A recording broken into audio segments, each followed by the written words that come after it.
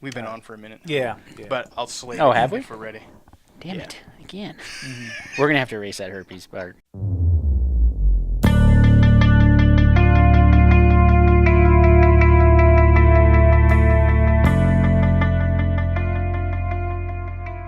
I think I might do this whole episode in Christopher Walken's voice. So Wow. if anybody has got an issue with the host, it's a good show. Talented.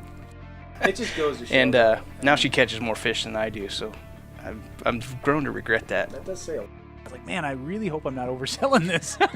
Oh, well. Probably, I was very, very fat. I was at least 5 pounds heavier then than I was now. And, they say... carried it all in your face. Whether we're elk hunting or mule deer hunting or whitetail hunting, I mean, that's the epicenter, the climax of the year, the hunting season for us, the hunting year. Yeah, prime time. That, yeah. Can he say climax? I did. I think I can say that. Do we have to mute that? There's nothing worse than breaking your boots back out again in the spring for shed hunting or whatever it is, and they just smell like the local bowling alleys. Rented them out for 3 months straight. Yeah. And then I also learned over the course of the weekend that a thigh master can be an incredible upper body workout. Yeah. And that's what I learned.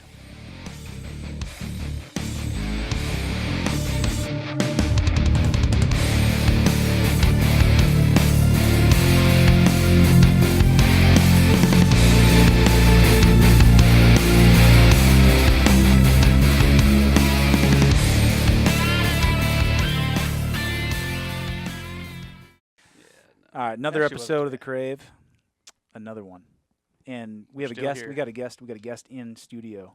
I call this a studio. Believe it. Hell It looks like a studio to me. And Tim Glomb, his first piece of advice he gave us was Don't limit the alcohol. exactly We like that advice. something we're gonna take to heart. No, you should. I'm sure people listening right now have already cracked a beer. They're settling back. They got one hand like in their pants, the other one on a cold one. They're leaning back. They're going, okay, what are these four knuckleheads going to talk about this? Stressing, looking at the clock, thinking, I got to be to work in 15 minutes. It's 9 o'clock in the morning. A lot of Al Bundys out there. Don't limit the alcohol. Let's have fun. Yeah, absolutely. So really excited to have Tim here. As usual, we got Nate Bailey, John Eastburn, Jake Siegel. I just got some fresh information here. Co-founder of the Patrick Swayze fan club, John Eastburn. John, Really? dude, you've been What happened to my T-shirt? I sent you this 1999. I have not seen my T-shirt. Check bounced. Check bounced. Dude, seriously, you had to like. Yeah. Yeah. Did you go there? No, it Couldn't was talk to me on the side. It was, it was a joke. sorry. I'm sorry. Yeah, and we were out of mediums, so it wouldn't have mattered. You wouldn't have got your shirt anyway, Tim. your request for rhinestones was denied. So, Right, move along. So congratulations, man. Thank you. Heard the membership. Our number one selling print that year was The Lift, as you can think, The Lift. Dirty Dancing. Nobody put the baby in the Yeah, corner. yeah, nicely like done. Nobody. Wiffle ball, adult wiffle ball champion and Hall of Fame inductee, Nate Bailey. Wow. Nate throws a knuckleball like nobody. I went there. I went there to see that display, and they were closed that day. Pretty limited budget. It's a small demographic. Understood. Sunday afternoons is really all they're open. Well, So, Yep. Nate, glad you're here, man. Good to be here. Something you guys didn't know about me: Speed Double Dutch champion. This guy. Double dutch. Really? Yeah.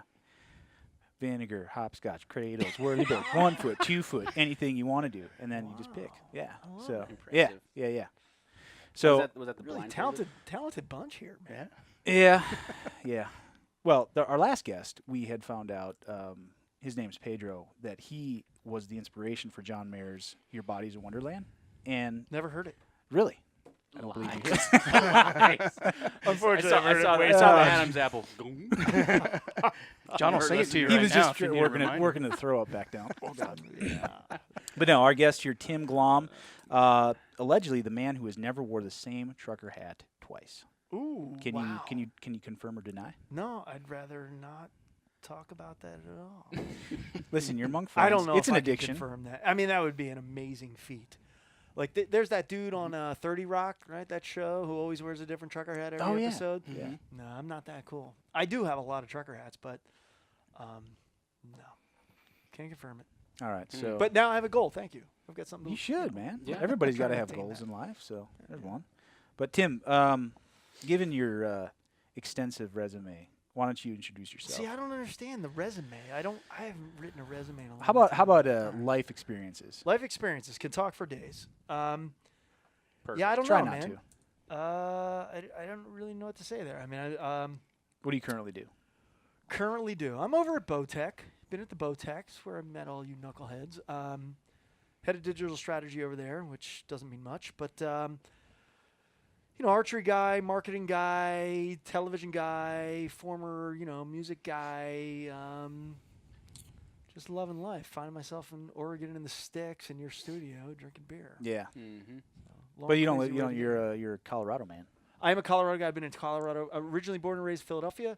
Hunted a little bit out there. Definitely angled out there. Moved to Colorado about 12 years ago. Started a family. Worked for the World Fishing Network out there. Did some fun things. Love Colorado. But I don't know. This Oregon thing's growing on me, man. Yeah. Anybody who's never been to Oregon, it's cool. Spend some time back Stay here away. in the woods and the sticks. Stay Yeah, I away. hear you. Same thing. By the way, the weather's horrible in Colorado. Don't come. Yeah. There's nothing good here for you. Yeah. Fishing sucks.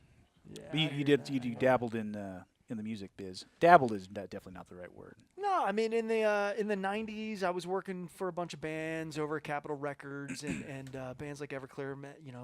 Tour managing EverClear for a few years, which was their Oregon band, Portland, Oregon, originally. Yep. Huge band back then. I mean, most played alternative single in 1996. Grammy nominated and all that. Yeah, so worked with those guys. Spent a lot of time in Oregon. Mötley Crüe, out with those guys for a while. Which, God, man. Really? Yeah, Man, I didn't know that. 1994. Spent months with them on a tour. Which, man, if smartphones were around in 1994, Man. Oh, man. whoo, How many blocks of memory loss do you have I- during that time man, span? Yeah, it was something. This is pre Pamela Anderson, so it was really off the hook. Stories for days, no pictures to prove it though. Probably best. Yeah, Probably no, it best, is, yeah. and that's a lot of people ask me like, oh yeah, you were on the road, Mötley Crüe, and Tommy's still, my partner and I do some things with Tommy here and there. Is it as crazy as the book made it sound? I was like, well, it was easy to write the book because there weren't many photos. Yeah. So, but I would say I wasn't around for their heyday in the '80s. I was like 6 years later, which is still like 20 years ago.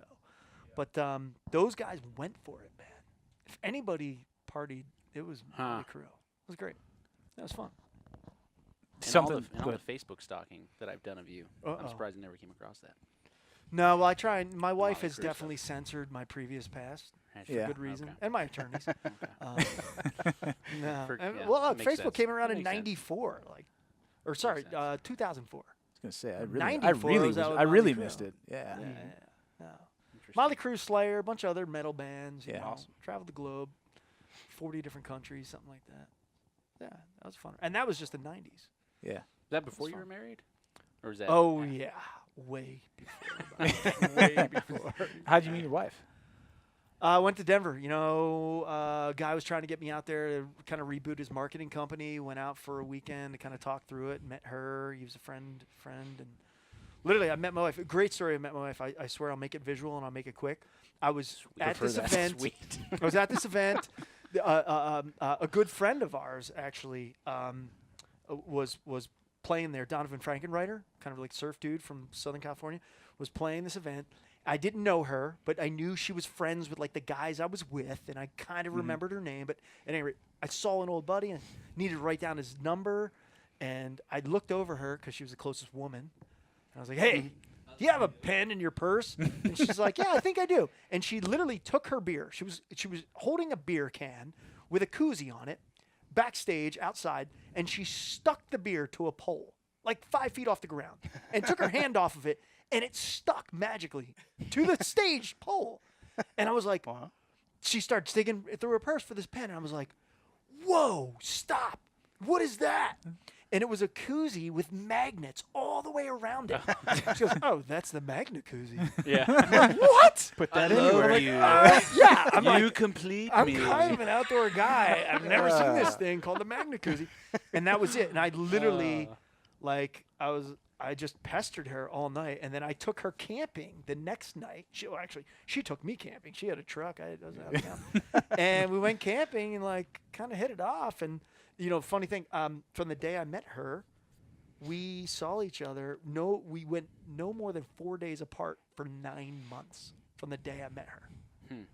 I lived in Philadelphia. She lived in Colorado. Whoa. That's tough to do.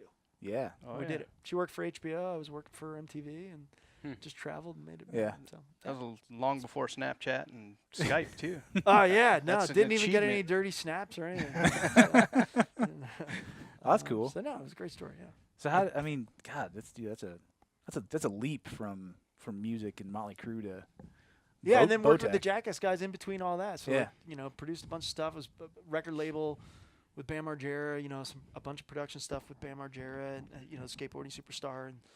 And he's been a friend since he was 8 years old, and we had a bunch of music tours together and produced all those shows. and You was knew on a him bunch of since MTV 8 years shows. old? Bam? I've known Bam probably since he was 7. I met his brother before him. He was a little bit older, and his parents were just great. They were like staples in our town, Westchester, Pennsylvania. And yeah, we put him on our skate team, and just knew him from there. And then I was in music, managing, as I said, Capitol Records and everything. His brother kind of got a recording deal with Island because Bam was becoming this like famous 16-year-old skater, and then he was getting ripped off by all his sponsors and MTV, and the stories about JackAss the first season were horrendous. Those guys, no one knows this, but those guys made $688 per episode the first season on TV. The whole group. Each one, Oh, each person. even So you make still, I mean, $1,000 an episode, but after taxes, $688. Wow. Like they'd film for 2 weeks. Like they'd wreck themselves on 20 skits just for the attorneys to be like, oh no, that's too repeatable. Kids will try that. Oh, that's too crazy. Like, oh no, that's censored. So Bam called me. He's like, yo, bro, the music industry, and can you help me out? And yeah, did a bunch of shows together. Well, how did you get started in the music industry, especially to the capacity you were in it? I mean, that seems like something probably a who you know rather than I don't know, man. I'd like to think it was a little bit of who you know, but it was like I just went for it. Young, was playing guitar. Never wanted to be a musician. Never wanted to like make money as a musician, but I wanted to be in music in some way. I loved it. And then the idea of touring very young, like getting paid to tour the globe to like tune guitars. So I became a guitar tech. That's kind of how I got on the Mötley Crüe tour, and just went into management. I just like looked at the ladder, and I was like, I'm gonna climb this freaking ladder, and ended up working with EverClear in a serious capacity, touring the globe, and those guys like catapulted. So it was funny because I did so much in music, and at the time, a lot of people don't remember, MTV used to play music videos. Once upon a time. that's a I remember that. Yeah. I remember that. And then at some point they were like, well, music videos don't cut it anymore, so let's like make some television with young kids because we don't have any dollars. And everyone who was producing music at MTV went over to producing television and didn't know what the heck they were doing. And it was just like a gold mine for us, like Bam and everyone at the time who had a following outside of TV, like skateboarding. And we raped them like crazy. Yeah. It was great. MTV's the network that will make you famous. They won't make you rich. Yeah. Right. Like, that was their mantra. Like, hey, kid, you want to be on TV? Like, go get your sponsors because you're on TV. Make your money there. But we actually made money, and not that we made money, but there was money made, and we channeled it into other industries. Kind of like TV's doing with archery and fishing. Yeah. You got your Waddells, you got your, Mike Iaconellis, and, because they're on TV, they make more money. It's just, it's crazy. The rich get richer. Yeah. And So- every rich guy gets shit for free, right? Like it's nonstop. Yeah. Yeah, right. Yeah. The more money you have, the more Right. connected you are, the more free crap you get. Right. And it seems like those guys always want That's a free free pass. stuff. That's a free It's pass. like crazy. you expect me to pay for that? Do you It's know who I am? crazy. Yeah. Right? Certainly don't turn it down if it's offered. Yeah. Tell you know what they're not getting. Krave T-shirt for free. That's for damn sure. Yeah, I didn't even get one. I tried to And a negotiate that with my 16-ounce Pabst agent. Blue Ribbon. Yeah, thank you You're for welcome. that. I'm on number 4. By the way, this podcast's over when I run out of these next 2 beers. Now we got another sixer for you. So have you always been passionate about the outdoors? Yeah, man. Even Ever during- since being a even when kid, you're- growing up in Philly, going to the Jersey Shores like a shore rat all summer long. Offshore fishing, back bay crabbing as a kid. That's kind of where it started for me. And then I wasn't really a serious hunter, but I was big into angling. out there. And when I got to Colorado, my brother-in-laws, who I kind of inherited very quickly, were like fly fishing maniacs. So I just like it just enamored me. And then also getting to the age where I'd like sown my oats, right? Touring with Mötley Crüe when you're 19, like you get a lot out of your system. I hope so. I'm sure. And a lot into your system. Like, yeah, well, I was going to say, like, I'm lucky to be alive. I don't you know. understand. I don't understand. Let me tell you, Just kidding. I could go X-rated with this one, but I won't.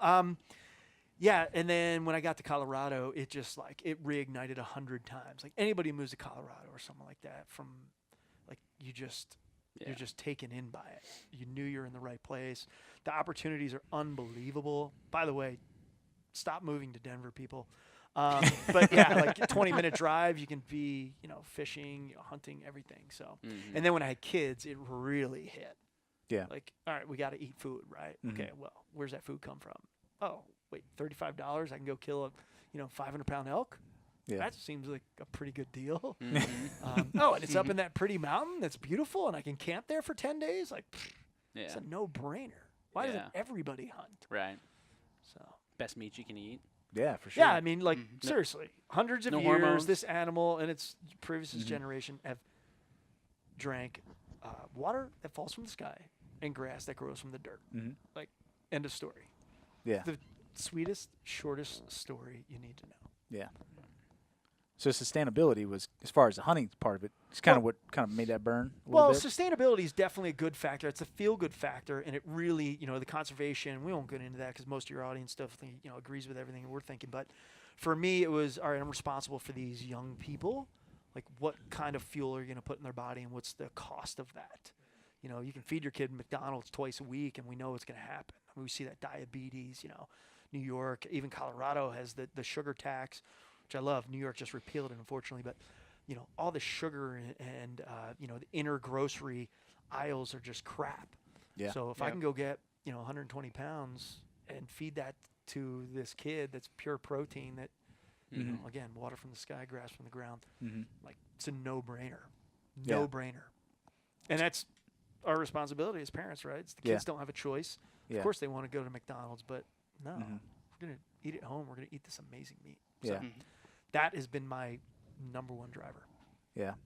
And that, I think that only gets, with the kids, if they grow up on that, that only gets stronger as they get older too, when they start to realize. Let's hope so. I think so. Yeah. I think so. Well, and it's back to parenting. We were talking about that before we started this. Parenting's everything, and lead by example. And and thanks for the walleye meal today. Like, Yeah. I can't believe John has never had walleye before. The fisher. It's like the fisher. killing me. Jeez. Sorry, I just revealed it. I was But hoping we were going to get through Jeez this without Louise. that. And I know you haven't had walleye cheeks.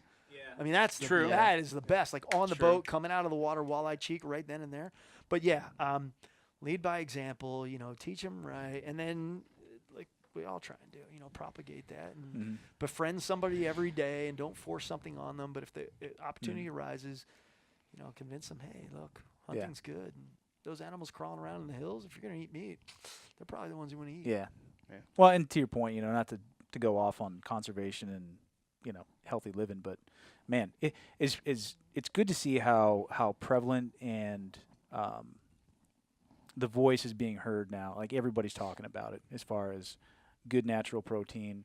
Oh yeah. And I talked to one of our archery dealers through Bowtech in Ohio, and he has some of the Bomars, that couple that Josh and Sarah. yeah, I mean they're super into big fitness, and Oh, yeah. he was saying, he's like, the amount of folks that I'm getting in that have never bow hunted but are just like crazy about fitness. Yes. They're doing it because they go so extreme that they want to go out and now they want to kill their Yeah. own or harvest their own, Sure. their own meals and put it on the table. And It's so like archery and hunting is growing just because you got this whole other segment now where it's, like All America. natural, all natural It's food. extremist, sustainability, yeah. No, and great. Call it extremism. Like that's fine as Mhm. long as they're doing it and they're Mhm. they're kind of cool about it. And look, conservation's getting a huge boost in the arm right now.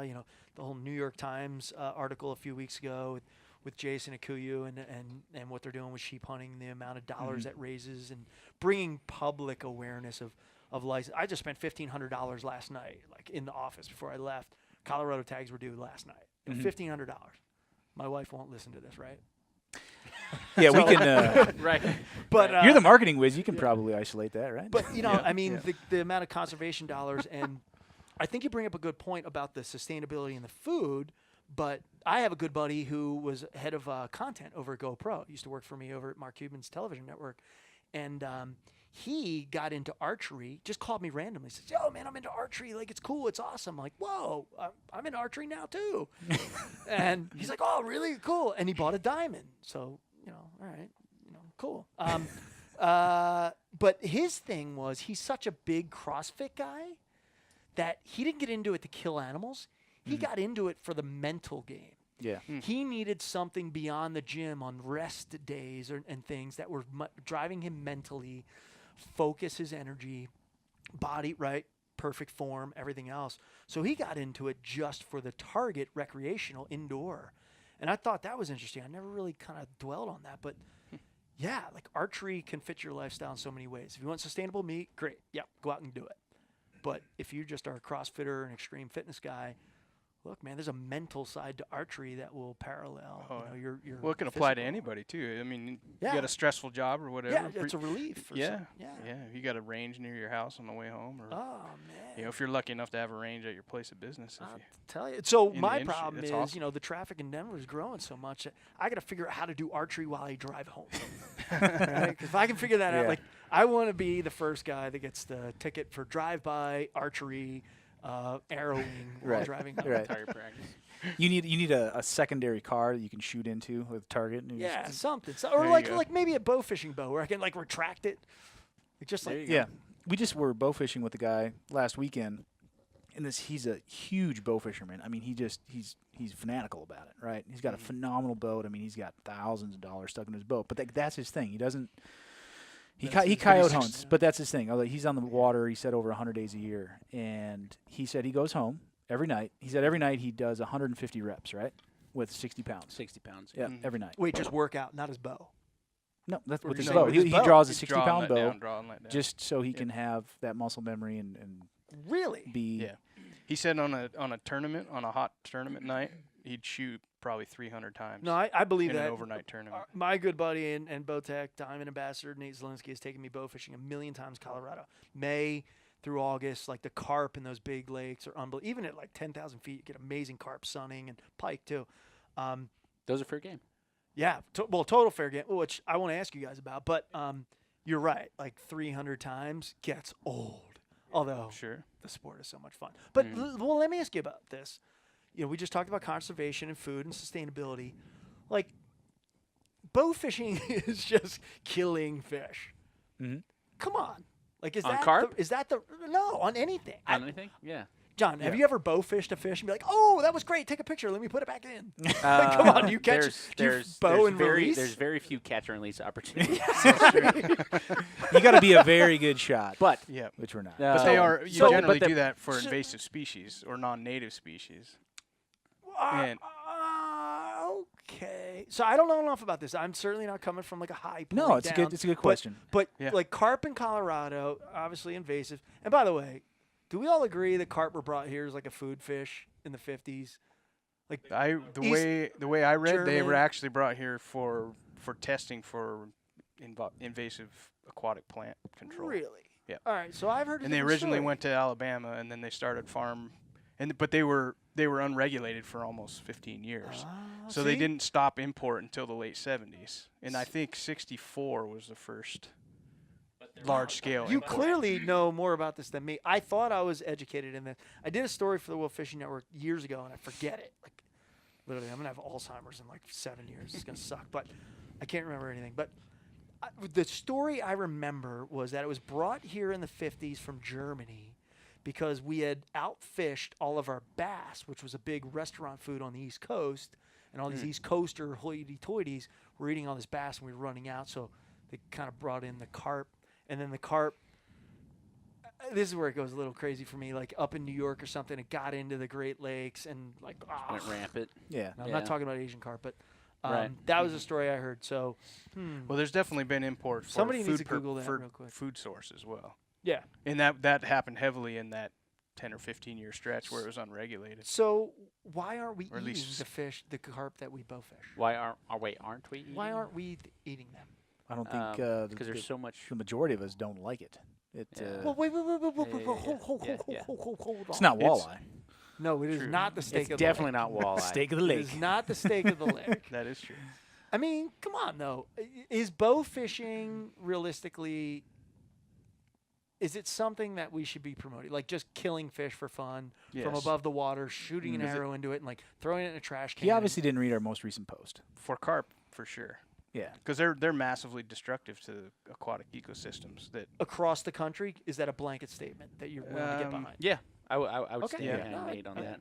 I would stand behind you, Alright. encourage you, give you back rubs As we push you They out there. proliferate. Yeah. You know, yeah, they can survive in much lower oxygen content water than other species. They generally procreate much faster than a lot of other so they're the species. rabbit of They're the lake. They're the Mötley Crüe. And They're not the only Mötley do Crüe they- of the lake. Hold on. I think those guys had The fish vasectomies species. at like age 17.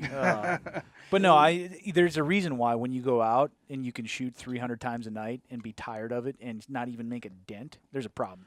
There's a Well, population Asian problem. carp, I Yeah. get that. No, I mean, and I it don't doesn't know matter. enough. Those aren't Asian carp. Those guys are hunting. These are Yeah. These are generally just grass common carp. grass Yeah. carp. Yeah. But they'll eat the actual root system of aquatic plants to the Got point it. where they die, It- and that affects waterfowl too because it affects Oh, yeah, their nesting. Yeah, all right, and- great. No, I'm and glad I asked the forage. question. Yeah. See, you learned Yeah. something on this podcast. Yeah. and Something. Leaving One here thing. a lot. and You learn the one fact thing. where One. there's been studies where they've even targeted bass beds too. Yeah, they will if they run out of plant Ugh. matter, they'll eat the eggs of other fish. You mess species. with Mike Iaconelli's living, man. You're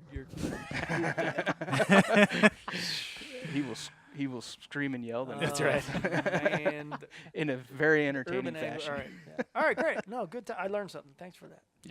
And Okay. you know, Kill there's the actually carp. even if you don't eat the carp, you know, there's other options there. Yeah, well, it's Then great. sure. The fertilizer. Yeah, You know, we crab- use it in the yeah. garden. Crab bait. Yeah, a lot Crab of bait. Mhm. yeah, it's used a lot for crab bait. Yeah, I have Here to on the try that in Pacific Colorado. Northwest. And there are people Yeah. that do like them, and you know we see it when we do our local watering hole here Yeah.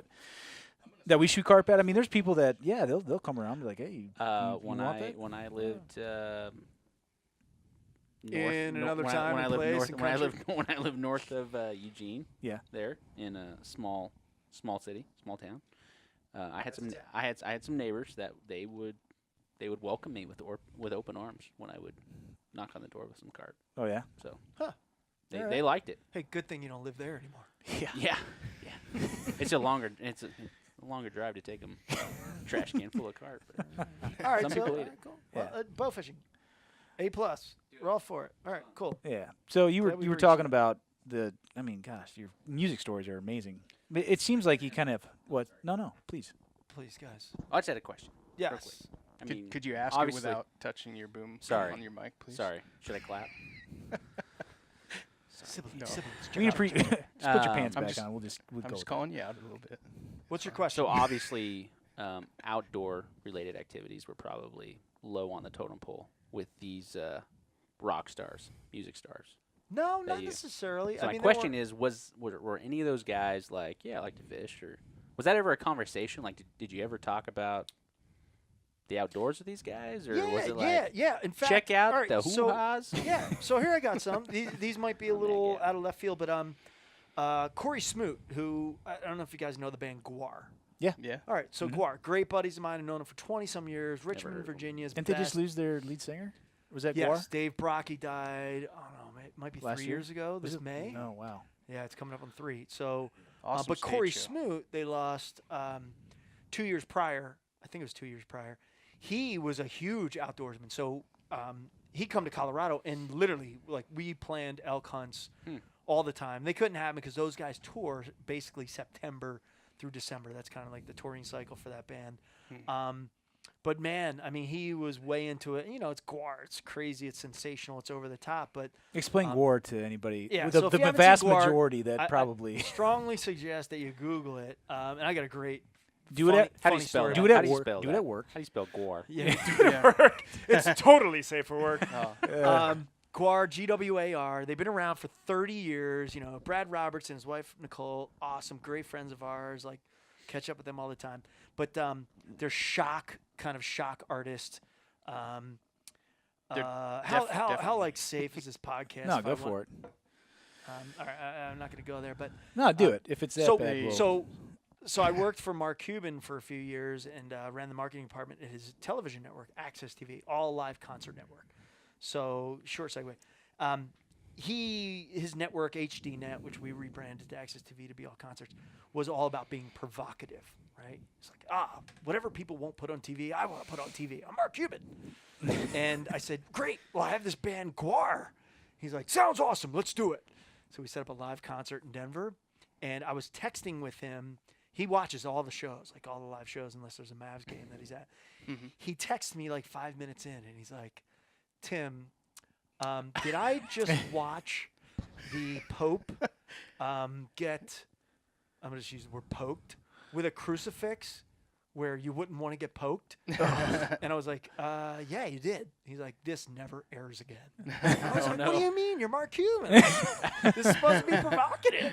This is like the most provocative thing out there. I saw a show where a large animatronic dinosaur ate the Pope. Well, that's easy, and they have their meat grinder and everything that you jump in. And everything. Yeah. No, but this was. I mean, they have a character called Jesus Hitler. Like one side he's Jesus, the other side he's Hitler, and it's anyway. It's family-friendly stuff. Wow. Well, it's tongue in cheek. They're not making political statements, but it's a funny band. So anyway, the guitar player was like huge outdoorsman. Yeah. Great. Ted Nugent, obviously. Ted and I worked together, with some of the gold tip stuff. Slayer, the Slayer guys. Slayer guys are into it. Yeah, there's a few. EverClear spent a lot of time with. Those guys were not. They appreciate meat, but they weren't about going to forage their own stuff. But so on the other side of the coin, did you run into anybody that was adamantly opposed to hunting, fishing? Yes, it's not worth any time, but the band Shelter, like a hardcore band when I was young, that I kind of liked. Those guys were vegan Krishnas. I took the gig because I needed like 2 months to kind of fill. Yeah. Hare Krishna vegans. In fact, it's funny. This is ironic. I'm talking about this. Last weekend, I was with them at a memorial event in Asbury Park, but they were like no leather, no anything. Couldn't wear leather belts, like leather shoes. Gosh. I lasted like 10 days out of a 2-month contract. They caught me eating a hamburger in a diner. And they like scolded me, and I literally Judas. I was like, Judas. yeah, totally. Be gone with you. I was like, okay, gone with you. Next gig, I don't care where it comes from. To the gallows. They're gonna eat something with parents that had parents. Yeah. But yeah. No, the JackAss guys are into that stuff too. Ryan Dunn was a huge fan. Ryan Dunn was a huge fan. God bless his soul. Great buddy of mine. Unfortunately, went too fast. But he was way into the outdoors and getting after it. Did you find that, given the lifestyle you were kind of leading with in music, did outdoors? I mean, that's kind of your yin and yang. I mean, was it like feel good to get out and probably just like listen to a river and decompress? Oh, totally, man. You probably needed that. Huh? I'll tell you, the reason I was so enamored in going to Colorado is, if you look at the touring cycle of bands, like you might be able to play in Salt Lake, and then you probably play in Lincoln or Omaha, Nebraska. There's a lot of miles between. Denver's it. So most bands play in Denver, and they usually take a day off there because you have these long spanses. So I've spent, I can't tell you, I probably spent 45 days off in Denver of touring, in the 8 years or so I toured. So I came to love it, rent a car, drive into the hills or something, from age 20 till today, I'm 43. And I was so enamored with Colorado that when I got the call, like, hey, I got a marketing company, come, make some television out here in Denver. I was like, yeah, I'm all in. I wanted to explore that. So yeah, you always appreciated a day off or, nature, because let me tell you, when you're on tour in the tour bus, like it sounds awesome, but the grass is always greener. Yeah, you're out there and there's chicks and there's beer and it's everything, but you literally get on a bus, it drives, you wake up and you're like behind some crappy club or, like an amphitheater, and they all look exactly the same. And you spend 20 hours a day awake in these crappy clubs that smell like beer and pee, and you're like, ugh. So yeah, when you get Probably a day don't off, even get man. to see grass most of the time. I'll tell you, with EverClear in 1996, we did the Summerland tour and we played Blockbuster. You guys remember Blockbuster? the video. Oh, yeah. Store thing. chain. yeah. Yep. Blockbuster owned this huge array of outdoor amphitheaters. That was like their marketing thing. So you had the Blockbuster Arena in Bonner Springs, Kansas, and everywhere. There were like 30 of them. And they literally all were the same exact architecture. Right. So the franchise, club was exactly the same. You know, you're talking 20,000 people, these huge outdoor sheds. Endfest up here. Endfest is, you know that, is that station here in Seattle or is that Portland? Who's Portland's radio station? Couldn't tell you. All right, anyway. So they all were exactly the same. And your bus, I'm telling you, like the show would be over at 11, pack up, maybe you roll at 1 in the morning, get to the next place. They were identical. You'd get off the bus and it'd be Groundhog Day. You'd be 500 miles away and wouldn't know the difference because you're parked in a back lot behind a amphitheater and you knew, all right, go in that door, turn right for catering, left for showers. You know, it's not cool. So stay in school, kids. So did you get out of that, I don't want to say that routine just because you got tired of it, or was there another opportunity in that, like the outdoor industry? Nah, or it's like another- anything, man. You always want to evolve, and it was fun. And you know, I went to God knows how many countries and everything. But And you met your beautiful wife, and you're like, you know what? well, that was after all of that touring and Probably everything. like, It's at some point, this you're like, grass is definitely the greener, grass is probably. definitely Yeah, greener. that Living is. out of a suitcase for 5 years in a row, yeah, you get a lot of frequent flyer miles. Yeah, it'll wear down on you, man. Grass is always greener. So, yeah, moving to television was great. You know, being able to do a lot of TV. And look, I mean, if anybody's ever seen the show Viva La Bam, I don't suggest going back and looking for it. But at the time, you know, we had $500,000 an episode. And literally, we wrote down show ideas like drunken bars on napkins. And we'll go to our executive producer like, dude, we want to buy 30 double-wide trailers. We want to rent a soccer field in the middle of nowhere. We want to set them up and then get 30 cars and have a demolition derby. And we think we stretch this out for like 8 episodes. And the guy's like, this is genius. We're like, great. We just convinced the guy to spend $4 million on like 35 employees for the next 3 months to literally go do what we just said. Wow. Destroy stuff. Best job I ever had in my life. I'll never have one like it. Luckiest son of a bitch on the planet to have done it for like that was almost I didn't 5 know years. that. I watched that show. Dude, I mean, 45 When my episodes. parents weren't watching. We spent tens of millions of dollars just destroying stuff because we get drunk and come up with it, and they'd be like, yeah, great, let's do it.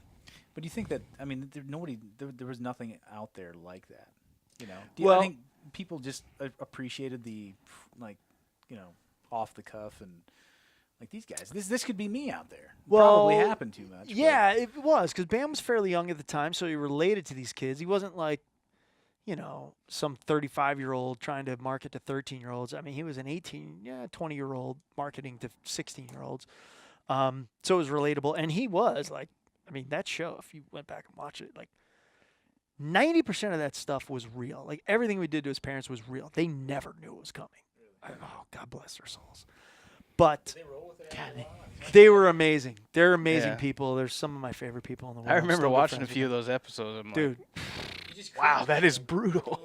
Oh, and Feels so bad for his dad. I'm man. gonna His tell you right dad now- just picked on. I'm going to tell you right now, like, everything you saw on TV or JackAss, there was probably 30% more that was worse that literally the attorneys wouldn't let us put on air Yeah. for some reason or another. So, but, yeah, man, it was great. And to your point, Jake, at the time in 2003 when we launched that show, like, reality TV was in its infancy. You had, like, you didn't have Real Housewives or anything. It was uncharted territory. So for us to go and, like, drive Hummers off of Quarry Cliffs That's why you watched that show. and do stuff. Housewives wasn't available. Yeah, well, it was cool. It was fun. Yeah. But at the same time, there's a lot of regrets because we literally, you know, for 5 seasons, we were part of the decay of the American adolescence. Yeah. Like, there's no doubt about it, man. There's no doubt about it. You know, paint it however you want. A lot of money was made, and I mean, we used to get 3 to 4 million viewers every Sunday night. These are kids. Yeah. Like, no TV shows don't get that anymore. Mhm. You know, 14 years later, you don't get those numbers. We were literally, like, telling kids how to be misfits. And, you know, unfortunately, some kids got hurt from it. I mean, kids tried to, like, repeat some things we did, and, you know, kind of weighs on you a little bit here and there. But yeah, reality TV wasn't defined then. We know what it is now. Well, even now, if that never existed and you came out with that now, it would be, dude. It would be so much. It wouldn't be the I'm going to tell you right now. slap in the face isn't there anymore. Here's my only dig. I'm trying. No I'm reading a book on Buddhism. I'm not quite a Buddhist yet, but I like this whole idea of like be positive and take yourself out of the physical event and your perception of what that event should be, whether someone cuts in line in front of you or this or that. But I will break my Buddhist trend I've been doing lately and tell you that if you go back and watch the first season of Viva La Bam and you watch the first season of Duck Dynasty, those producers watched Viva La Bam 100 times and replicated exactly what we did, except for some buffoons from the swamps. Right. So, and look, Willie, this guy's great, awesome, cool, huge, way bigger than Viva La Bam got. Not as big as Bam. Bam's still way kills them in revenue and everything else. From, he had the second largest signature clothing line behind Kobe Bryant. So, dollars wise, Viva La Bam trumped them, but idea wise, it's all cyclical. Yeah. There's no new original ideas. He laid out on the plan. television. He laid out the No. You don't think so? Where do you get it? I'll tell you right now, and I've said this publicly before. Viva La Bam, you guys are you're just a little younger than me, but there was a show on MTV in the 80s called The Young Ones. If you haven't seen it, I highly suggest you go to YouTube. Anybody who's listening, if you like JackAss at all, if you liked Viva La Bam, like by any stretch of the imagination, go Google The Young Ones. It was a UK British sitcom, a bunch of punk rockers, hippies, and like business guys young in this sitcom. I literally, with the executive producer, Anna DeCosa, a good friend of mine, I literally watched those back to back to back. I loved them as a kid. 120 minutes was on. You'd stay up late and watch like The Cure or The Church or The Cult or something like, alternative back then. And then The Young Ones would come on at midnight, and I'd have to sneak down so my parents didn't know I was there. All the ideas for Viva La Bam came from The Young Ones. All of them. And I'm sure they came from somewhere else. So it's cyclical, man. Young Ones, Viva La Bam. I'm not saying that, Duck Dynasty is a total ripoff of Viva La Bam. A lot of other shows they ripped off, but most of it's total ripoff. Yeah. First season. Your first season's always where you cut your teeth, and you just steal ideas that work. Oh, it worked for this show, so let's do it. Just in the flavor of a guy from the swamp. You apply it to a different demographic because those folks didn't watch. Tried and true, man. Don't reinvent the wheel. Take plot lines at work. Yeah. So sorry if I made any enemies there. And next time I see Willie and the guys, but they're producers, and it's not Willie. The producers ran the first season. That's the way it goes in reality TV. Talent has no control, very little control, and that's what they did. They did exactly what I did: steal somebody else's ideas and make it new. So, are there other podcasts in the outdoor? No, I don't think so. I thought we're kind of original. Is there? So, no, I mean, it's got to be somewhere. There's people out there, podcasts that have done a really good job, and they are the reason why we're here. Because we listen to them, and we fair enough. But we also said, hey, we got our own take, and let's do it. So, what's your own take? Yeah. Give me a 30 seconds. What's the Krave about? Well, we talked to the Krave. That was in you episode probably 1. That link I sent you on the first episode, but I watched the second episode. That's cool. That's cool. Dude, I'm busy. I got a wife, kids, everything. We talked about this. Sure. I'm just messing with you. Yeah. No, I mean in the first episode we talked about what is the Krave, right? What? Great. This is a perfect time to recap. What episode is this? Why I think this will be like 6, 5 or 7, 6 when it 100 drops. Okay. Great. So it's a perfect time to 7, recap for the new listeners. The Krave is about go. Excellent. The Krave embodies everything that you are passionate about in the outdoors. So what we talked about that specific day was, it doesn't matter what you're doing, whether you're grinding out behind a computer, maybe you're in an 18-wheeler, trying to get your 10 hours in that specific day. Doesn't matter what you're doing.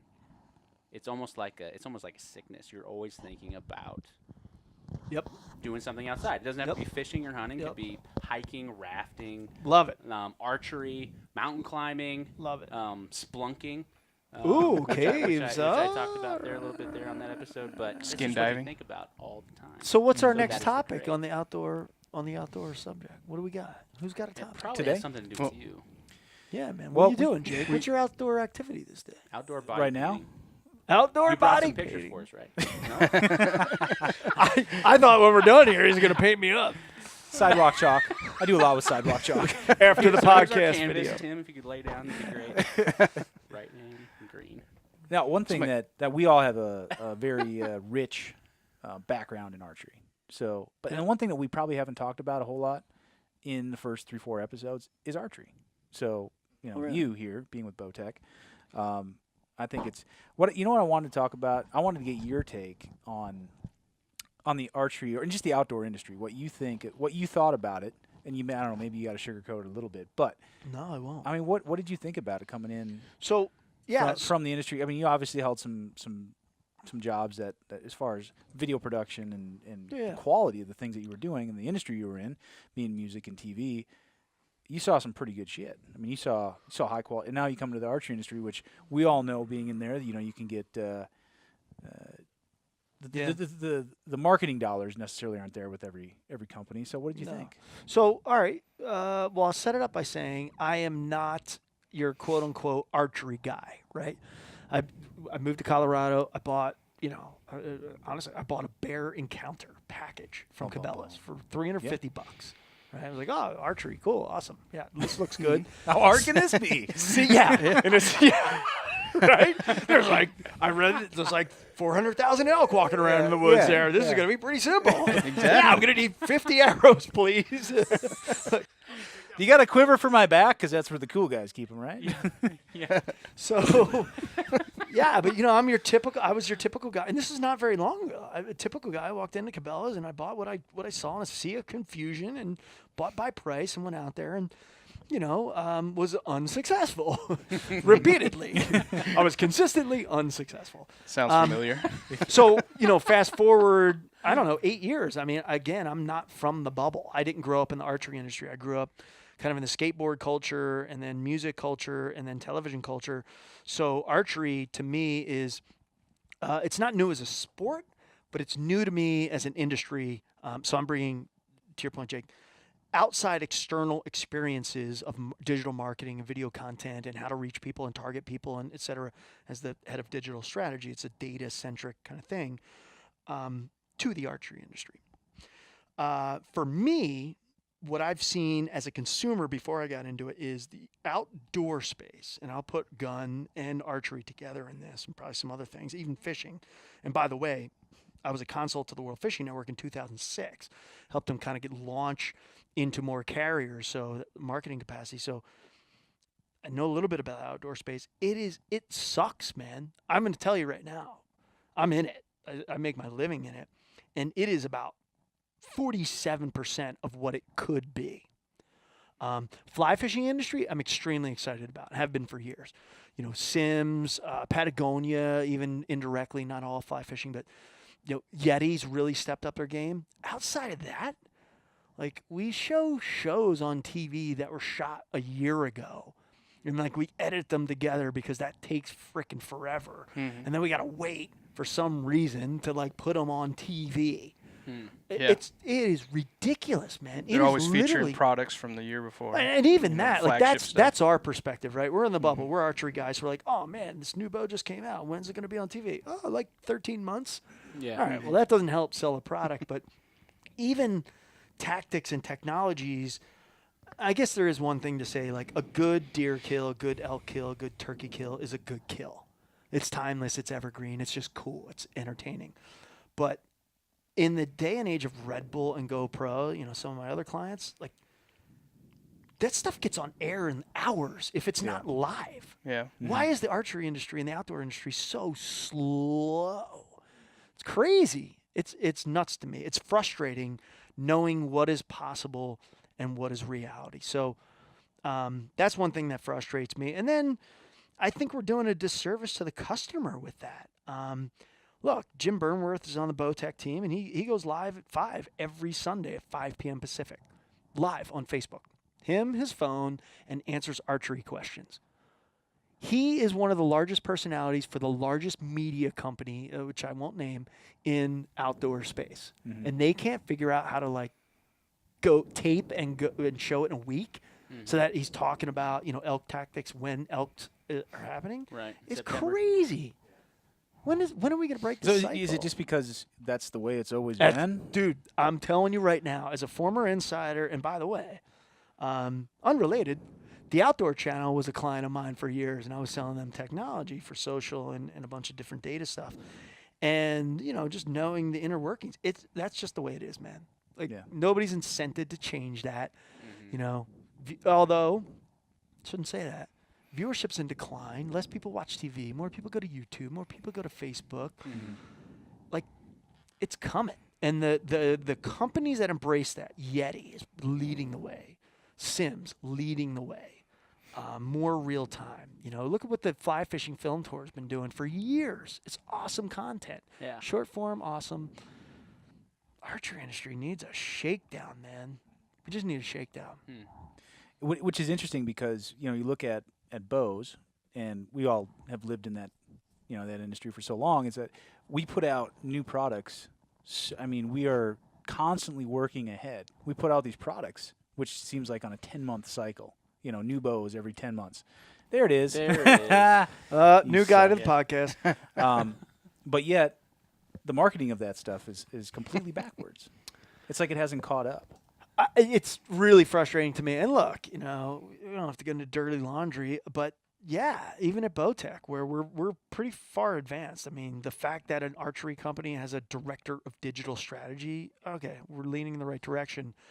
But it's not easy. It's not an overnight thing, and I get it. I can sit here and gripe because I'm 3 beers in, and I want the consumer, the archery audience, to get what they deserve in better real time, better information, better content. It's not easy. I'd like to think that at Bowtech we're doing some things right. I think some other brands are doing some things okay as well. We're not necessarily the total leaders in there, but it's got to get better, and it's got to get better quickly. And I'd be interested to understand what your audience thinks. You can always hit us at hashtag Bowtech or at Bowtech Archery, on Facebook or Twitter. Like, what should we be doing? I have a notion of what we should be doing and can control some of that, but I always want to hear from the audience. What should we be doing? It feels like a little bit that the consumer is ahead of the. They always are. They know what they want. They know how to get it. All right, and let me ask you this. All right, so your bow, right? You just said it. The cycle, the marketing, the production. Like, you have to wait for that new bow.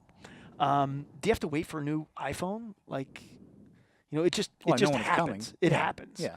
And then it fits your life like immediately. The content that happens around, the other things outside of archery that you're interested in, like, they come to you in real time. Like, you know what the number one driver of television is? It's live sports. It's the only reason that television's really kicking around. Without NFL, without ESPN, without all these games, we wouldn't need it. You just go to Netflix or you just go to video on demand. You don't care about getting anything live. Sure. Do you care? What's your favorite band, John? It varies. John Mayer? No.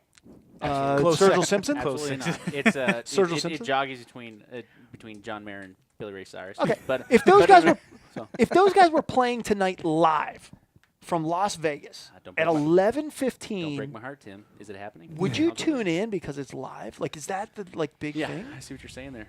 Absolutely. Well, maybe not. But in sports, you absolutely would, because the outcome is old by the time. I still think there's value in seeing real-time turkey hunts, real-time deer hunts, real-time elk hunts. Technology is not the barrier. Technology is not the barrier. We live in a day and age when news organizations are out there with cell phones getting live coverage from plane crashes. It's a bad example, but Way to bring it down. why can't man. we do that? Oh, man. So what was your first Next. outdoor? What was your first outdoor gig? What kind of put you Was in? it the fishing? Was it the fishing stuff? Yeah, World Fishing Network. I connected with Mark Rubenstein, the CEO over Insight Sports, is running the World Fishing Network, and they had some challenges, and I was a short form content guy coming off the JackAss stuff, and he said, "Look, man, I got a problem. How do we excite people, in their own backyards? We make these awesome fishing shows like Isle Morada and here and there. 99% of our viewers never go to the places that we show on fishing shows. There's a total disconnect. It's like so aspirational. How do we involve the local angler? Like, great, well, let's go shoot short form content in Oregon, in Colorado, in Denver, here and there. He's like, whoa, how are we going to do that? Just told him how, and we did it. We created hundreds of short form 3-minute segments where you could literally go video on demand on Comcast and put in your zip code, and you'd have like 15 pieces of content that were probably within 100 miles of you. A lake you never went to, Carter Lake, north of Denver. It's where the state record walleye came out of. It made people take staycations that weekend. And we cover like, oh yeah, and it has a kid-friendly recreation area and a swim beach, and blah, blah, blah. I was like, oh, that's relevant to me. So yeah, 22 minutes of Isle Morada tarpon fishing, like great, but we've seen that before. Right. 3 minutes of that lake that's 50 miles away. Whoa, Yeah. I'm going to plan a weekend around that. Yeah. And it was effective. And that's where we live today. That was 10 years ago. Now we live in that zone, right? You can find anything on anything, anywhere. YouTube, Google, Facebook. It's like at your fingers. Right. Sure. So obviously your first love was music, right? Yeah. I take- Music's huge to me still today. Yeah. Does it still, would it pull you out of the outdoor industry if you had a chance to get back into it? Nope. Gave up on television, gave up on music. Love them both, but, plumber's toilet's always broken, right? Guy never wants to go home and fix his toilet. So Yeah. grass I is hear always you there. greener. Excuse me. So there becomes a point where you want to make your passion your gig, and then your passion becomes a gig. And then it's like, oh, geez, I need a new passion. So, no, man, I've learned to. That's great about my brother had sent me a podcast with Mike Rowe. The best. Yeah. That guy, Oh, man. One of the most real. Yeah. I met him once. One of the coolest, Yeah. most realistic guys on the planet. Dude could read the phone book. Oh, totally. And Yeah. you'd Be you'd sit there for entertained. hours. Oh my gosh, another Johnson. He's Stephen Johnson, 123 and a half. But he was actually a guest on another podcast, and he had said, the guy asked him like, what are 3 things to leave with your listeners? And he said, among other things, but he said, take your passion with you wherever you go, but don't make your passion your life, because most of the time it's not what it's all. It's not going to I'll stay tell your ya. passion forever Right, if that's right. the case. And it's- Yeah. it's, we've all been lucky to be passionate and be involved in industries. But I can tell you one thing, from my experience in the archery industry, probably the least amount I've ever shot my bow was the 11 years I worked at an archery manufacturer. Wow. And it wasn't because I didn't like hunting as much, but I sure as heck, same thing you're thinking. It's Yeah. like the last thing I wanted to do when I got home was shoot my bow. Yeah. So, I mean, the Wow. 3 of us who worked at archery in archery manufacturer, how many times was it the week before season we're freaking scrambling to get our shit together, tuning, sighting our bows, Happened a lot. a lot. I mean, And you yeah. work in the And industry. and it's like we you have could go- 365 to yeah, do it. Exactly. We had all the Yep. resources and I'm sure our Yeah. listeners are going, oh, you guys are Well, idiots. part of it is. I guess we were kind of spoiled in the fact that we had some tools that are Yeah, we could do it last our minute. fingertips, and but we still. knew how to do it. But yeah, you're right. I Mhm. mean, Mm-hmm. I remember Redding just throwing a sight on my bow. Yeah. Yeah. Your Sighting score sighting showed. in the evening. We're going to do that this year. Hey, I shot Yeah. over 4. No, you 13. It's 13. 12. It's 13. It's pretty good. Sighting Yeah. the night before. So, yeah. Not So, bad. I guess Which your is coming advice to that young kid who's the back, dishwasher who's loving his job at the restaurant right now, like, dude, don't make that your passion. Yeah. Like, come on, you're going to There's hate more to washing it. dishes soon. Yeah, for sure. Those stains are great. No, I Move on. really, I believe, man. I've met some good people in my life, and been lucky enough to be around some really smart people. I'm writing a book called Millionaires, Billionaires, and Other Assholes I've Worked For. And Great time. that is, I mean, from Mark Cuban to, tech guru Scott McNeely and Mötley Crüe and everybody in between. And that is a constant. That is very few. Nikki Sixx pulls it off. Nikki Sixx from Mötley Crüe, like that dude lives it. He just loves to pick up a guitar or bass and go for it. The rest of them, even Tommy Lee, we saw him in Denver last time they came through, and he's like, dude, last thing I want to do is like go listen to music. Right. Yeah. So It's true, man. It's really true. It's a fine line. Be careful what you wish for. And I love it. Mike Rose said, take your passion with you, but don't make it your livelihood. So that might probably smart. That might undermine our would you rather a little bit for the night. No, I don't think so. Cause, I mean, okay. Because we had talked about. What are we looking at, Nate? Or where are we at for time? We're just a hair over an hour. Oh my Perfect. gosh. Okay. We can get 4 segments out of that. Oh yeah. Per. One thing I wanted to per ask you, Tim's Tim, was sure. the does it seem like? And what do you guys think, Nader? To me, I look at the archery industry, just the outdoor industry in general, just hunting and fishing. It almost seems like there's a bit of a divide now as far as. The question is this: do you think hunting and fishing is a rich man's sport? Is getting that way? Whoa. That's a big question. Dropping the bombs over here. I mean, I had my answer like the second it came out of your mouth, but that's a big question.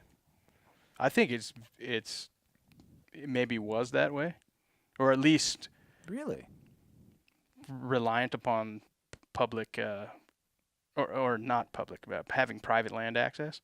And I think more and more, which is strange because our public lands are shrinking more and more by the day.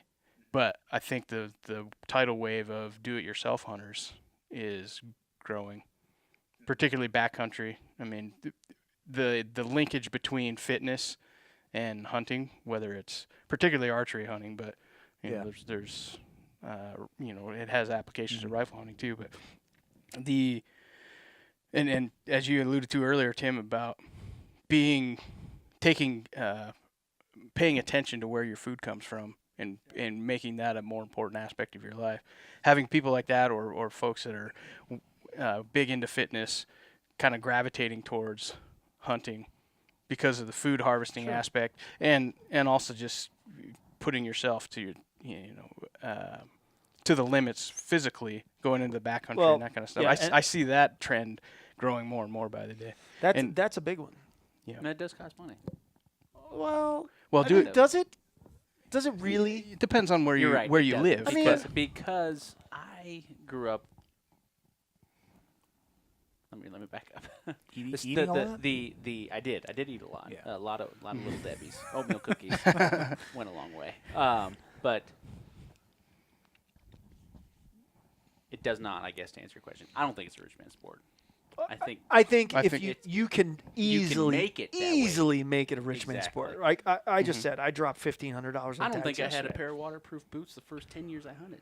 And Well, I was freaking that's- and good rain gear. I that's was soaking freaking Just wet. stupidity. Oh, man. couldn't afford it. You can go buy Couldn't some afford galoshes. it. He's but too no, I busy get you. buying Little Debbie's. But look, I that remember putting my feet inside garbage bags. Yeah. All right, well, Yeah. listen. Inside my or bread That bags. doesn't Yeah. make it a rich man's sport I still because killed elk.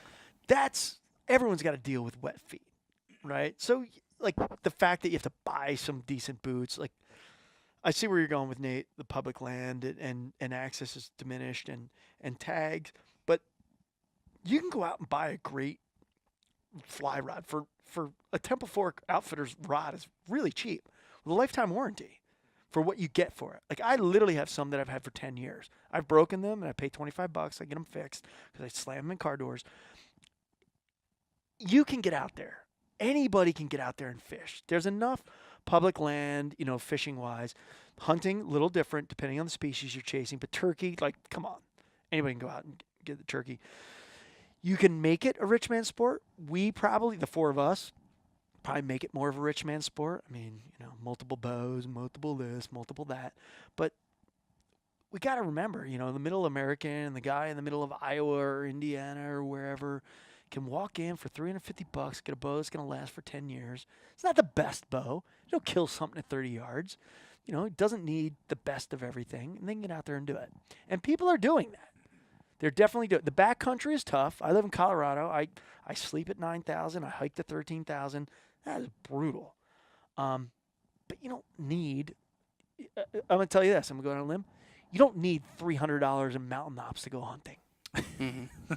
You guys got an Oregon guy running around here who does not preach that, by the way. But there is perception, I should say, of like, crap, I got to be like working out in January to go hunting in September. Bull. Like, just keep yourself in relative shape. buy a broadhead or two, get a bow that launches, Sharpen his 275 feet per second or more, Yeah. and you're hunting. So that's my take on it. No, I the word that you said really brings it to a point. Perception. I think, and where I was going with that question was, I think the perception is that it's a rich man's sport, or at least it's getting that way. And if you don't have, $500 rain gear and $1,000 pack and a $400 pair of boots, and then you're not, or you're Then not you're not taking in it, it. right? You're not taking it in seriously. You're right. not going to be successful. And the one thing that on the complete opposite side of the coin, I think what's great is a lot of these companies, the same ones that are making those really high end products, are also making Bowtech, for example. They make $1,000 bow or more, which is phenomenal. But they also make a really good $350 bow. Yeah, and all the manufacturers do it. Today's $350, $400 bow will blow anything out of the water that you paid $700, $800 for 10 years ago. Fair enough. Yes. I mean, absolutely. I think the barrier to entry is fairly low. It's not like going to a library, which is free, and which always should be. But I don't think it needs to be a rich man's sport. But do you see the marketing of it actually is that, and for me, just kind of standing back and looking at it, you almost have two waves of marketing. You have still that, East Coast, Midwest, Mossy Oak, Real Tree, and go into Cabela's and I can get my gear, that market, right? And I'm more value minded. I'm more in it, and even their slogan, friends, family, and the outdoors, that sort of thing. And then you have the Sitkas and the Kifarus and the that of the world where it's it's the complete opposite, and you have these two separate marketing paths. I'm gonna tell you right now, and they appeal to both. I mean, there's appeal to both. There's value to both, and they fit different audiences, and it even segments. You and I have talked about this. There's 10 different segments between that. So, but look at me. I moved to Colorado, and what did I do? I walked into Cabela's. I bought a $39 red head raincoat. I wore no camo. I wore that raincoat if I needed it, and I bought a $349 bear bow with a whisker biscuit, and I bought some, crappy arrows that I would never buy again. Now that I know what I know, but I went in and for less than $450, I was hunting. Yeah. My problem wasn't the gear. The gear would have killed something if I got it at 30 yards. My problem was I was a horrible hunter.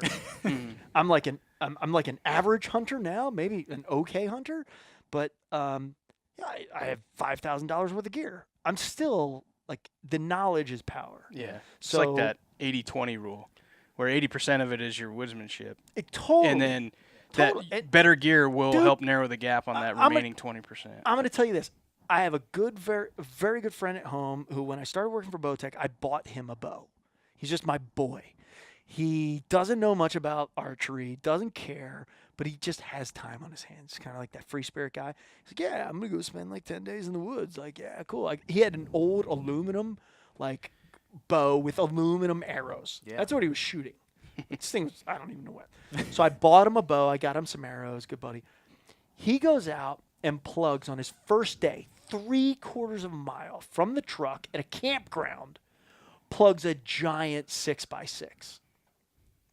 Yeah. I've been hunting for like 8 years. I do 40 miles per year, and I'm like lucky if I kill like a mid-rate cow, right? So like the gear didn't make him a better hunter. He just was in the right place at the right time and whatever. But so I don't know, man. I mean, the moral of the story to me is hunting is like fishing. It's not called catching. It's not called killing. Yeah. It's called fishing. It's called hunting. Unless you're after carp. True. But man, the journey is 90% of the battle to me. Yeah. That's why I love getting out there. I do nine days every year. If I killed something in the first hour on the first day, I'm gonna stay out there for 9 days because my wife doesn't know any better. Yeah. That's right. I was talking to a dealer up in Washington, and he had said the same thing. He was like, man, worst thing about it was I shot my deer the first day and I shot my elk the first day. I'm like, well, why'd you go home? Well, I was close enough to go home, so that was a problem. So I came home with it. But yeah. Foolish. He just needs a little pep talk and some better strategy. Yeah. Yeah, he for needs like sure. his 5-point checklist. Like, okay, if you kill, don't do this. If this, then that. It's really simple, man. Yeah. Cheat sheet. Just put it in your pocket. Move your base camp to a high lake or do Yeah. some fishing for a few Whatever. days after that. or Drive to something. another state. Like, go to a casino. You want to hit him with the would you rather, Nader? Yeah. You got anything else you want to? No, well, one more point, I guess, to circling back to the DIY thing. I think from people coming from east coming to the west and that sort of thing, it's definitely a lot cheaper for those folks to get out there and hunt now without having to spend a lot of money with guide services and the like. When you've got all of your digital scouting tools out there now, and Oh, dude. yeah. Totally agree. Do you see Randy Newberg? I don't know if we don't want to date this, but Randy Newberg is my favorite. The guy is a public elk, deer, high mountain, Rocky Mountain guy. He's just unbelievable. He Stud. just published a 4-part YouTube series for free, totally for free, 3 hours of e-scouting tips. That's on YouTube. Anybody, anywhere on the globe can get. To your point, there are huge ambassadors for the sport. Randy Newberg's one of them. He does not hold back anything. I was just with him in Montana. He's one of the best guys on the planet, best attitude. There's so many resources today, and you get more every month. To your point, East, this is the year you're going to take elk. Your wife's going to let you go once in a 5-year, once in a 10-year trip. There's so many resources. And, tag isn't cheap. My buddy comes out every year from Pennsylvania. I think it's $545 this year for an elk tag, which, all right, maybe that's a little bit in the rich man sport realm, but public land, Colorado, come to Colorado, man. All you guys, over the counter, walk into a Walmart, buy a tag, and you have millions of acres. Yeah. Millions of acres of public land. Hundreds of thousands of elk running around. Yeah, the biggest herds of elk in the country. Anybody wants to come elk hunt with me this year? Yeah. Email me, man. TimGlomb@gmail.com. Well, another reason to follow First Randy come, first Newberg serve. too, though, is he's a massive advocate for public Oh, lands. huge. I'm telling you, one of the best, man. Yeah, and without that, I mean, we'd all be up a creek. No, he's right. And So, Cameron Haynes has been that's doing a one great thing. job Yeah. this year. I got to Me too, say, yeah. taking on, those House bills and then Jason, what's his name? Forget. But Chaffetz. yeah, I mean, Cameron has really been doing a great job. And, guys like him are, hopefully gonna set it right.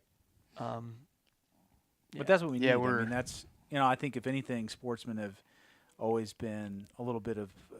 And I don't want to paint everybody with this brush, but I think we could kind of sit on our hands a little bit. It's easy to sit around with a bunch of buddies and crack beers and be like, I can't believe they're doing this. But it's good to see people out there that are actually taking action. Yeah. And social media has been great because, getting the word out is one thing, but I was listening to a Meat Eater podcast, and he had somebody on, and it may have been Steve Rinella himself, but saying, he's like, pick up the phone and call somebody. Yeah. That you can like a post, you can add a comment to a post on Facebook or Instagram or whatever, but that only goes so far. Take serious Pick up action. the phone call, or pick up the phone and make a call, and that's how things are going to get done, and that's how things have been getting done. We saw that with House Bill 621. Yep. That got squashed in a hurry. Yep.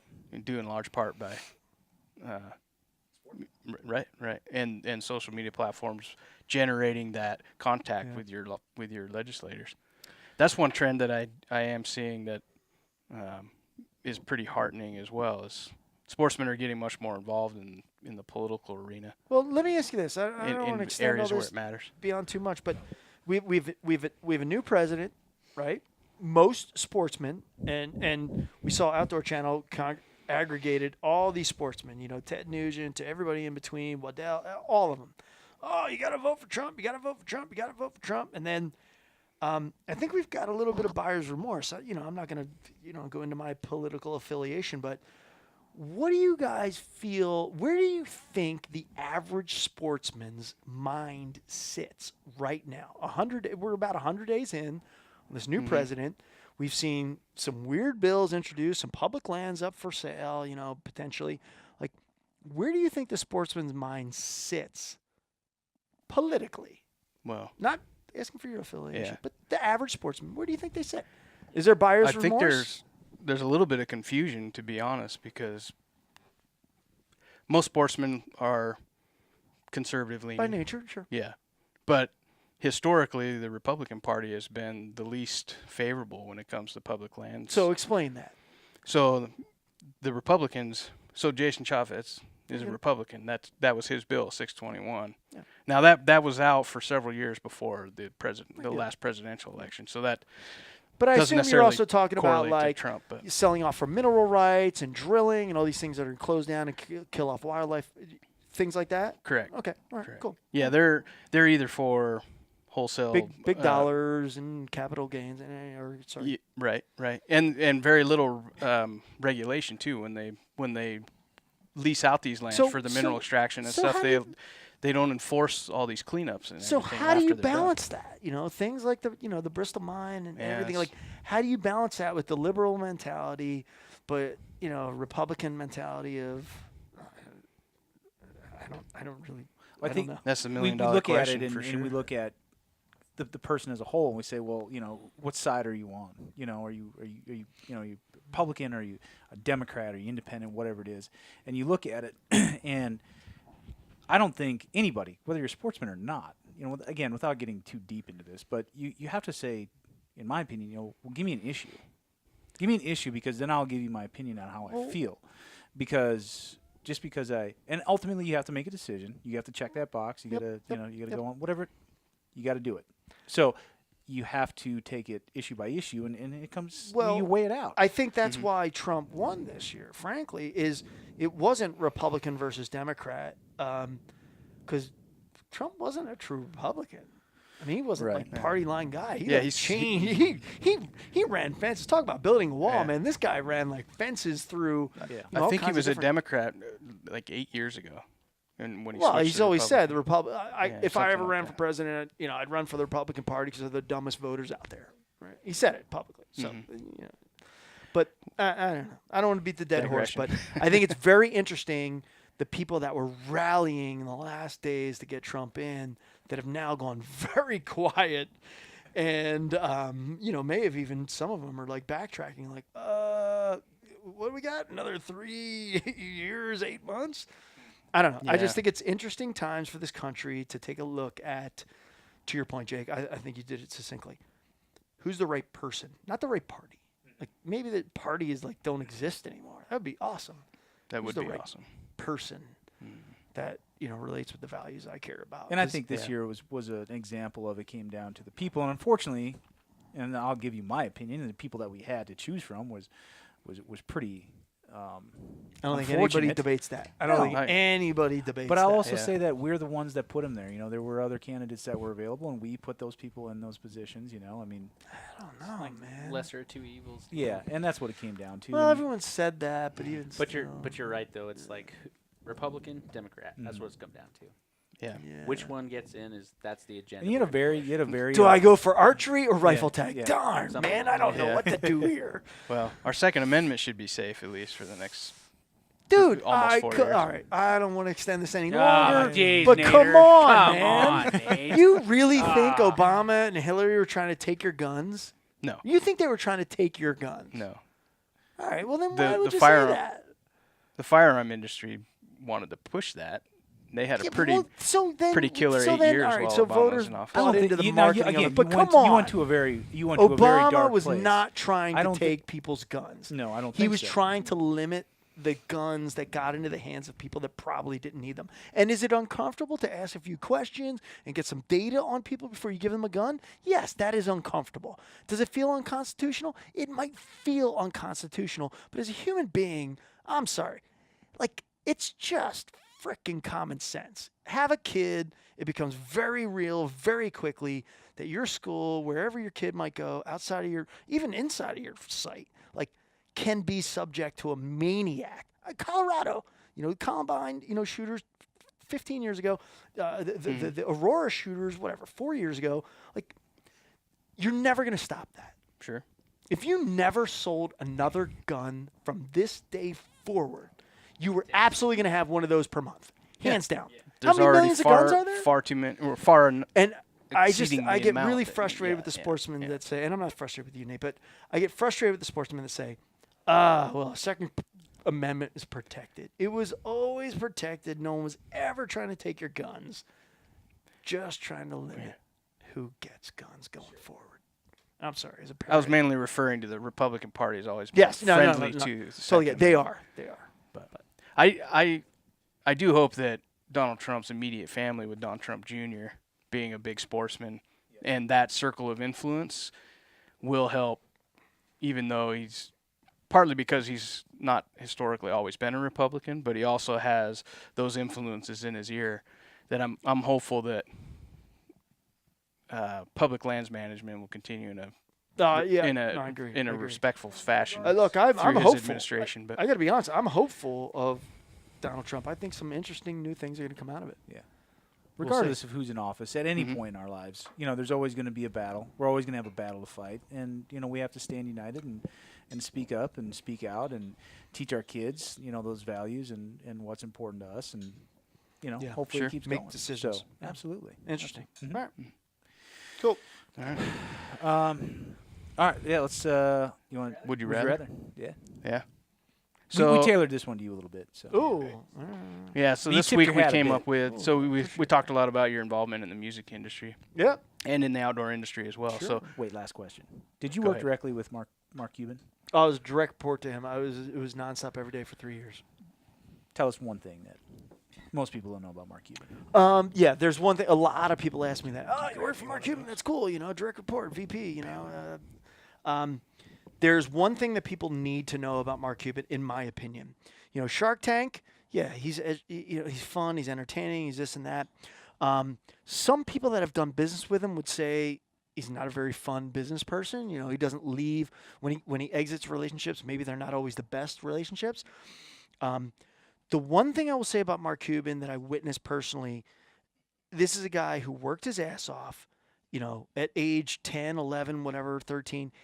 He was selling trash bags door to door. He did not come from money. Pittsburgh guy, went to Indiana, was buying like 35-cent draft beers when he went to Texas, and cares about people on his team. When I worked for him and other people who literally, we had some people die of cancer in the company that were not, their families were not set up financially. And I'm not saying the person that died was spiteful or didn't do their due diligence to their family, but Mark made sure that family was taken care of. And at the end of the day, that is not something he would want publicized. It was very low, but it was very important to me working for him to understand that guy is human, number one, and cares about humans. Like that transcends any amount of money you have. I don't care if you got $15 in your pocket or $2.5 billion on paper. You take care of the people that are on your team. And that is the one thing that I'll always give credit to Mark Cuban. And like I said, I've worked for a lot of millionaires and some billionaires. That is a remarkable trait.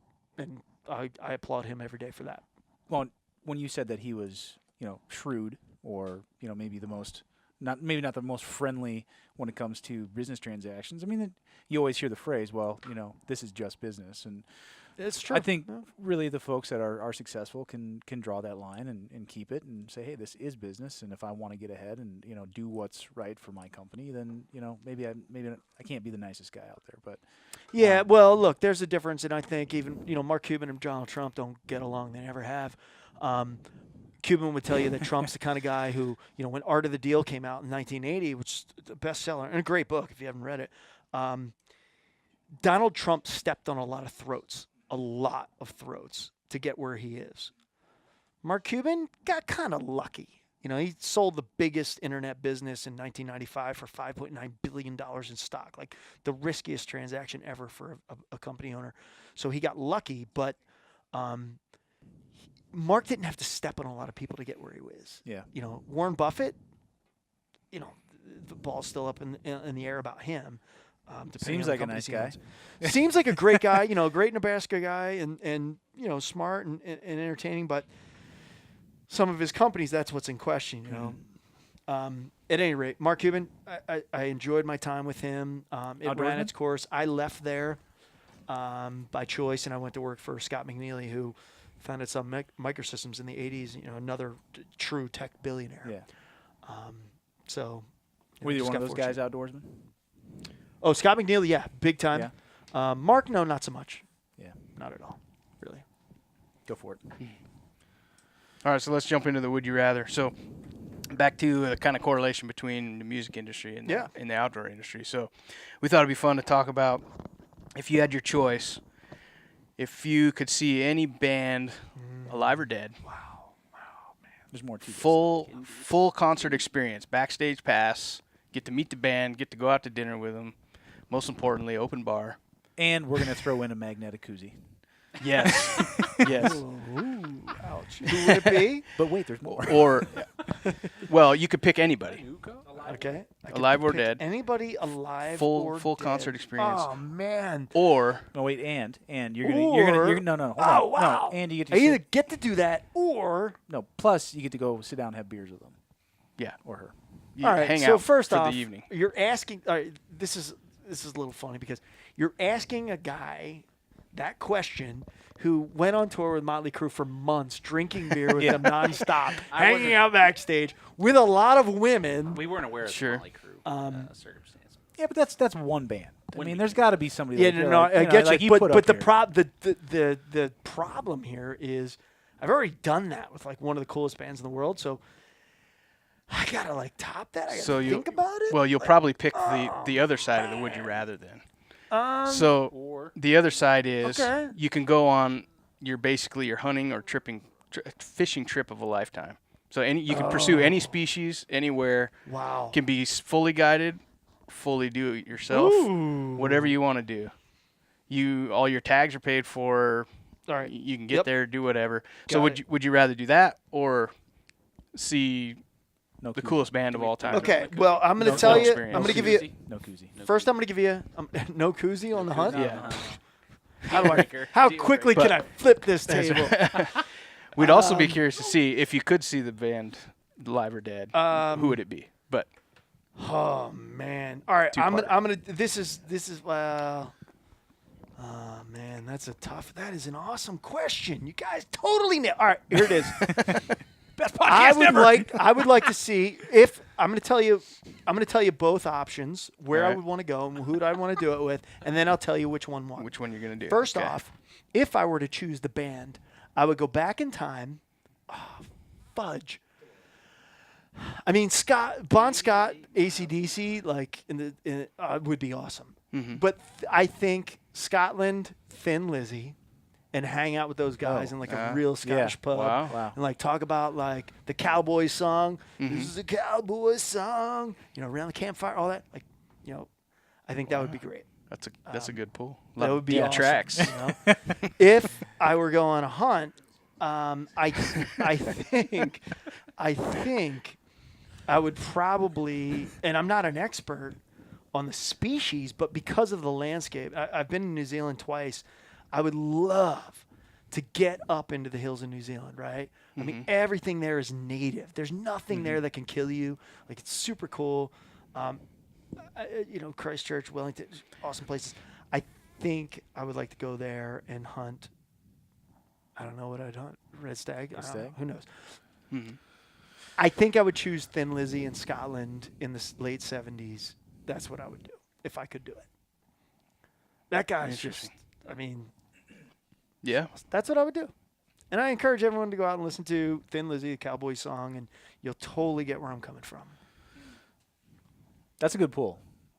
Yeah. No, I like that answer. Yeah. So What'd Made you do, Jake? Shit, man.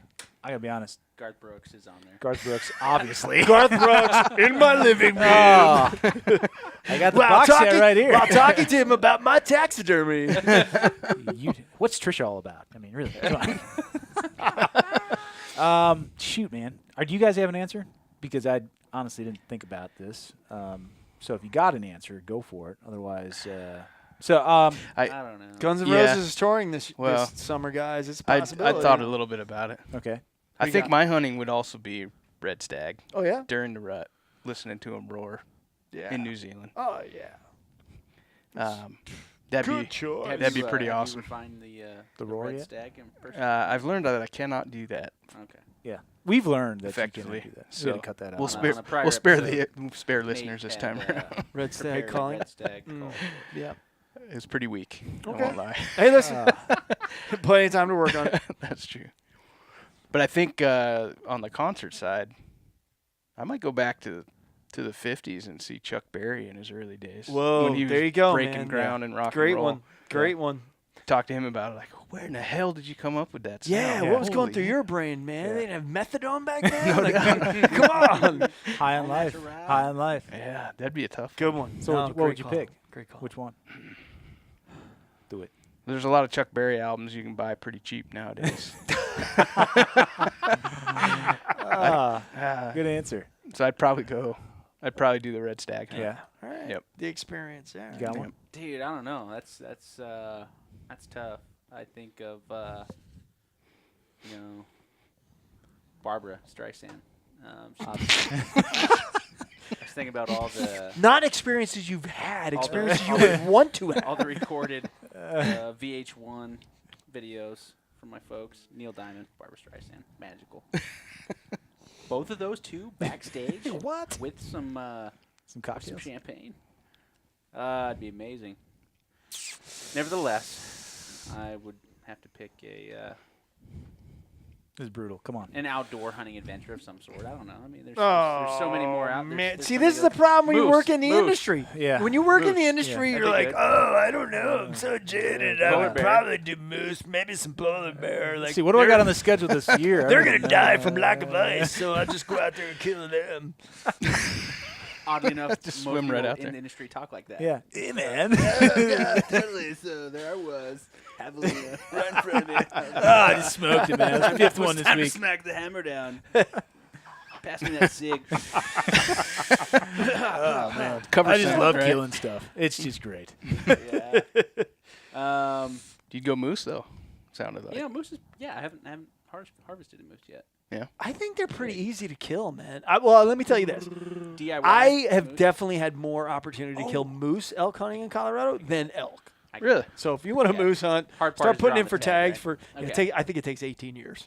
I'm gonna do like kind of an all-encompassing. I don't know if this is legal or not, but sheep of North America. That'd be cool. Ooh. All right, yeah, cool. Sheep would be pretty. Levi Morgan's got that, right? Is there? He's like one away or something. Oh, there's a bunch of people that have probably. Did we run out of all of our video? Yeah, we did. But that's all right. We'll put some funny message up. All right. That's all good. If I'll our go, cameras ran on beer, we'd still have a feed, but yeah. alas, they do not. Led Zeppelin. Oh, I'm going to lead. Go Lead, to. lead for my head. And good go to. grizzly bear hunt. Ooh. I don't know. This is tough. Because Archery or rifle? archery. Naturally. Shut your mouth. Bite your tongue. What kind of big gun? Like you gonna have three guys? I got a behind you with guy big behind guns? me. Yeah, I got a guy behind me. 454 And somebody in Casull. front of me that's slower than me. So, yeah, good. But this is tough. I actually don't know if I'd pick the hunting. I think I'd probably go. I'd go with the band. I'll tell you what. Led Zeppelin is a legit one, man. That's legit. Yeah, Yeah. that'd be pretty cool. They had energy unlike many. So Great story too. Yeah. Yeah. Good band. well Anything done. else you want to get off your chest? Just the I have what some we things learned. I want to get out of my bladder. So Yeah, let's do it. All right, thanks for see listening. that's yeah. You want to give Bowtech a plug? One more plug? Not really. Me either. I think you listed their socials. I gotta go bad. Nope. gotta go bad right now. All right, thanks for listening, everybody. Had a lot of Appreciate fun. it. Ton of fun. Thanks for having me. You bet. Take care.